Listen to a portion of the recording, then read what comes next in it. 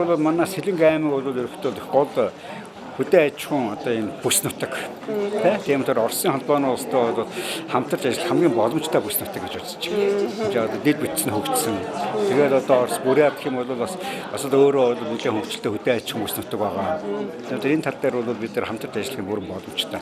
Тийм тэр бол одоо сэтгчүүд одоо жижиг дүн үйлдвэрийг бол хөгжүүлэх зэмөрөө бол энэ Оросын холбооны улсын зах зээлийг дээлдэсээр хамтарч ажиллаад тэгээд цаашдаа бүтээгдэхүүнээ гаргахад бол Азийн орнууд руу гарах юм бүрэн боломжтой байгаа. Есть определенные перспективы по взаимному сотрудничеству, в частности. За их баярлалаа. Хоёр талын хамтын ажиллагааны тодорхой боломжууд бидэнд байна гэж харж байна. Тухайлбал бидний хувьд танаа орноос арь ширний түүх хийдийг авч гутлын үйлдвэрүүдэд нийлүүлэх сонирхолтой байна. Үүнээс гадна өнөөдрийн бизнес уулзалтын үеэр танилцуулга нь хийгдсэн манай хүнсний үйлдвэрлэлийн брэнд бүтээгдэхүүн болох зөгийн балан бүтээгдэхүүний талаар онцлон ярмаар байна. Энэ бүтээгдэхүүн бол зөгийн балаар хийсэн зөгийн балан нухаш, амттан төрлийн бүтээгдэхүүн юм. Зөгийн балан дээр төрөл бүрийн жимс жишээлбэл анс, нэрс, бөөрөлцөг нэмж хийсэн бүтээгдэхүүн юм. Ямар ч химийн найрлага, хадгалах, нөөшлөх, өтгөрүүлэх зэрэг бодис оруулаагүй.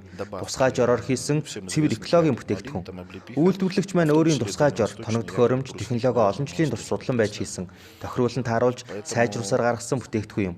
Хийсэн бүтээгдэхүүндээ оюуны эмчийн патент авч олон улсын стандартын шаардлагуудыг хангаж баталгаажуулсан гэрчилгээтэй болсон.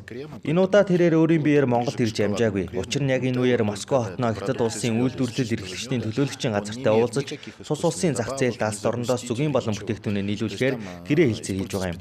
Бид мөн адил энэ тал дээр танаа улстай хамтран экспорт их боломжуудын тухай ярилцаж болно шүү дээ. Харилцан тохиролцсны үндсэн дээр бүтээгдэхүүний технологийн дамжуулалт, нутагшуулах хэлбэрээр байж болох юм. Жишээ нь танаа улсад тус бүтээгдэхүүний үйлдвэрийг хамтран нээж Хятадын зах зээл рүү гаргаж болох юм.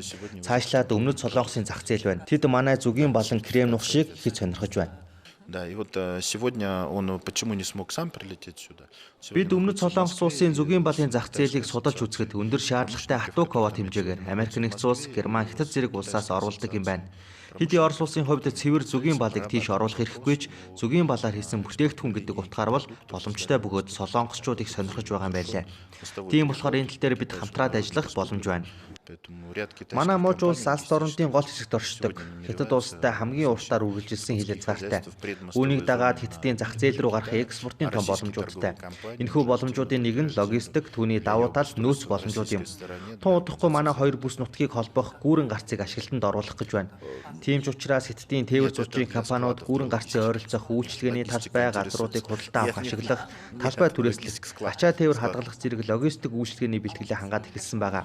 Манай Оросын талч мөн адил худалдааны чиглэлээр хамтран ажиллахаар бэлтгэлээ баазаж байна. Манай мужийн хүн ам нийтдээ танаа нэг аймгийн хүн амтай төхөх байх 170 мянган гаруй хүн амтай гэдэг. Манай мужийн бүх чухал мэдээллийг агуулсан танилцуулгыг танд өгье. Эндээс та манай бүсийн хөрөнгө оруулалтын таатай орчин, төрөөс үзүүлж байгаа дэмжлэг, хөнгөлөлттэй нөхцөл, хөрөнгө оруулах боломжтой төслүүдийн санал жагсаал зэргийн тухай мэдэж авах болно.